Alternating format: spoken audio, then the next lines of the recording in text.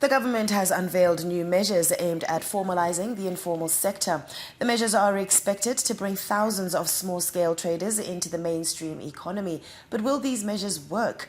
Our business correspondent, Mthuli Ncube, has reactions from different stakeholders. The informal sector in Zimbabwe has been both a lifeline and a challenge. It provides employment for millions, but also affects government's ability to collect revenue and regulate businesses effectively. In an effort to ensure business formalize, authorities have introduced new measures. These include mandatory use of point-of-sale machines by all informal traders. Also, the establishment of domestic interagency enforcement team to enforce compliance in the informal sector. Among many other measures, authorities are pushing to level the playing field for the formal and informal sector. What it indicates is that the government is very much aware that informalization has taken a hold on the economy. So the raft of measures that have been introduced by the finance minister indicate that government is prepared to tackle this situation head on. Now, will these measures be able to curtail the influence and the growth of the informal sector? I think is yet to be seen. But will these measures bear fruit, or the Minister Mthuli Ncube has a lot of work cut out for him? The issue of arbitrage, which is obviously coming about because of foreign currency distortions between the US dollar and our local currency, the ZiG, and the need obviously for the monetary authorities to look at how we can ensure we've got stability and confidence within our own currency. For many traders, the decision to formalize will come down to whether it improves their bottom line or not. One of the major hurdles is the requirement to register and obtain licenses. I think this is going to be a complex and costly process for informal traders. Additionally, the informal sector is characterized by lack of formal contracts and social protection, which will obviously make it difficult for them to adapt to the new formalization requirements. Some of the measures will be announced in the Monetary Policy Statement of 2025. Market players would like the authorities to look into the exchange rates. Have a look at the exchange rate. As much as authorities are denying and obviously other analysts say it's no longer much of a factor, but when you talk to the business community, it's one thing that they continuously point out. When the governor came in, he came in with the mandate of reducing inflation and curbing exchange rate instability, which is achieved.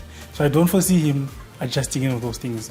But by and large, he introduced the TFF, the Targeted Financing Facility, which he intends to sort of unlock the liquidity. The government says it will monitor the effectiveness of these measures and also adjust where necessary. The biggest question that remains is, will these policies foster formalization, or will the informal economy thrive outside official oversight? Reporting for ZTM Prime, I am Mthuli Ncube in Harare. These have been the issues that we have been asking, speaking about issues of formalization, issues of leveling the playing field, to transparency, just sticking to the rules of what really is recommended for each shop. Yeah, look, you need to have a shop license. There are also issues to do with health. I'm sure you also need to satisfy that as well. The health certificate, yes, especially if you're like a restaurant selling food. So people just need to be compliant, because what I've seen, the way these shops have mushroomed across Harare.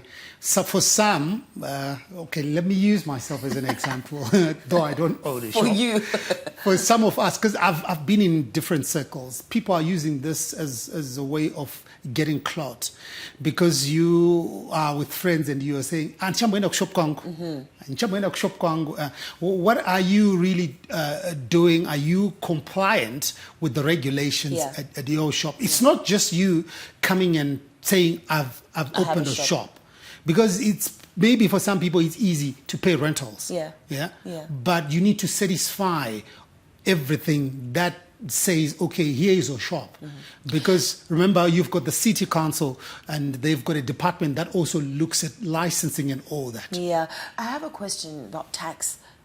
Is there a certain amount that you need to go over in order to pay tax? So when you register to have a company, there are CR 14, CR what. So some of these certificates need to satisfy the issues to do with tax. Right. Because once you own a business, you're supposed to pay tax. So for most people who are owning these shops, they are not paying taxes. So once that is formalized and they are co-opted into the economy, you can see maybe there will be a jump here and there because people will be paying taxes. Right. You can't just have a shop and not pay tax. Yeah. So just as long as you have CR 14.7, you have to be paying tax. You have to whether be it's paying, a running company or it's not a running yeah, company. you need to be paying tax because at the end of the year you declare what you're getting. Yeah. And are you also satisfying that tax issue? Right. So that needs to be looked at as well. Because you see, I'm sure you've heard some stories from further afield. So and so has been evading tax for so many years, and now they are charged in retrospect of the years that they were evading tax. So it's the same thing. You need to be paying taxes, and you also, because you've got workers. And payslip you're saying, no, this is payee, but you're not remitting that, to Zimra. So you need to start paying taxes. So I think formalizing everything is the way to go. Because we all keep saying informal sector, when the economy has changed, it's now a trader's economy. That's it. Yeah, it's now a trader's economy. So let's make sure we also leverage on that. Absolutely right. We will be discussing all things financial with our guest later. So a lot of questions that he may answer to do with finance. Konapo ipapo ba ZTN Prime, DSTV channel 294, the place to be.